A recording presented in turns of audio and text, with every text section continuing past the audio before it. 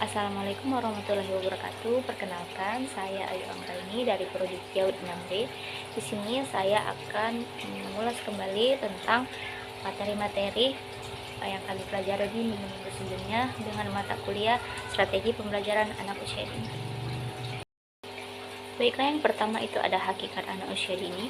Hakikat pembelajaran anak usia dini ialah pemberian upaya untuk menstimulasi, mengasuh, membimbing, dan menjadikan pembelajaran supaya anak memiliki kemampuan dan keterampilan tersebut. Selanjutnya, pembelajaran anak usia dini akan terjalan apabila terdapat komponen-komponen seperti ada peserta didiknya, ada pendidiknya, ada pembelajarannya, ada materinya, ada metodenya, memiliki tujuan, serta media dan evaluasi nantinya. Selanjutnya ialah prinsip-prinsip pembelajaran. Nah, di mana prinsip-prinsip pembelajaran ini terdapat 7. Yang pertama itu ialah individualitas atau yang disebut dengan perbedaan, di mana tidak bisa disamakan antara individu satu dan individu lainnya. Yang kedua, lingkungan kemasyarakatan.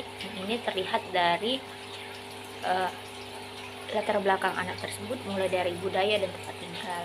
Yang ketiga itu ada minat. Minat ini biasanya dikaitkan dengan insting dan fungsi intelektual, pengalaman yang mempengaruhi minat tersebut. Selanjutnya itu ada aktivitas.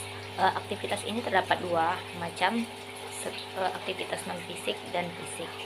Selanjutnya itu ada motivasi. Motivasi ada dua juga, intrinsik dan ekstrinsik, dimana motivasi in itu terdapat dari diri kita sendiri dan motivasi X terdapat dari pengaruh dari luar.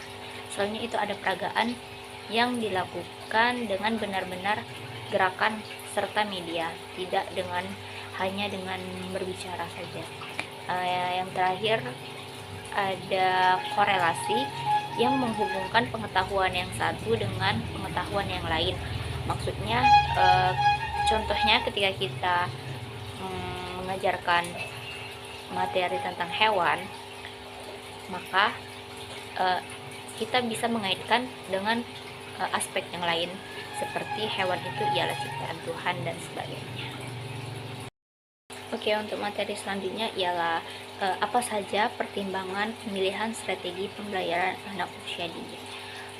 Apa saja yang kita harus pertimbangkan? Pertama ialah kita memiliki tujuan, yang kedua aktivitas, yang ketiga individualitas, yang keempat integritas, interaktif, dan inspiratif. Metode pembelajaran juga memiliki arti ialah sebagai teknik yang digunakan untuk mencapai tujuan pembelajaran tersebut. Selanjutnya ialah media pembelajaran, yang dimana media ini berfungsi sebagai alat perantara kita untuk menyampaikan informasi atau ilmu yang akan kita sampaikan. Selanjutnya ialah pertimbangan dalam pemilihan media. Itu pertama harus memiliki keamanan. Yang kedua itu sesuai umur anak yang kita akan ajarkan. Yang ketiga itu keterampilan guru dalam menggunakan media tersebut. Yang kelima itu ada fungsi media pembelajaran yang berfungsi untuk memperjelas, memperdalam suatu materi yang akan kita jelaskan tersebut. Dan yang terakhir ialah ada model pembelajaran anak usia dini, di mana model pembelajaran ialah suatu rangkaian atau prosedur proses suatu pembelajaran itu sendiri.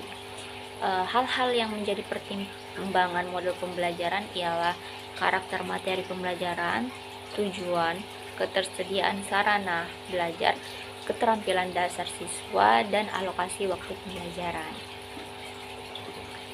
Dan ada beberapa contoh model pembelajaran. Yang pertama itu model klasikal, dimana kalau klasikal itu ialah guru menceritakan atau menjelaskan dengan cara berbicara kepada anak-anak di depan. Yang kedua itu ada model pembelajaran kelompok, dimana di saat anak-anak akan bergabung dalam satu kelompok dalam pembelajaran tersebut. Yang ketiga adalah area dan sudut. pembelajaran area atau sudut ini ialah dimana satu kelas itu dibentuk beberapa kelompok dan masing-masing kelompok memiliki materi-materi yang berbeda.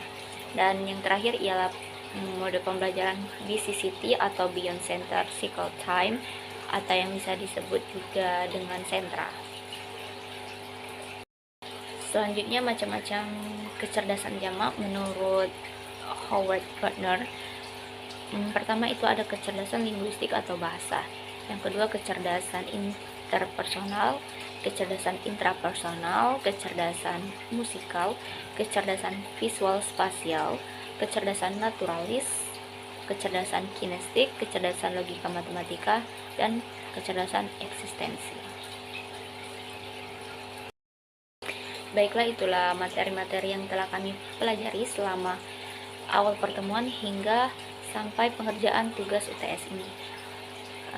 Sekian dari saya. Wassalamualaikum warahmatullahi wabarakatuh.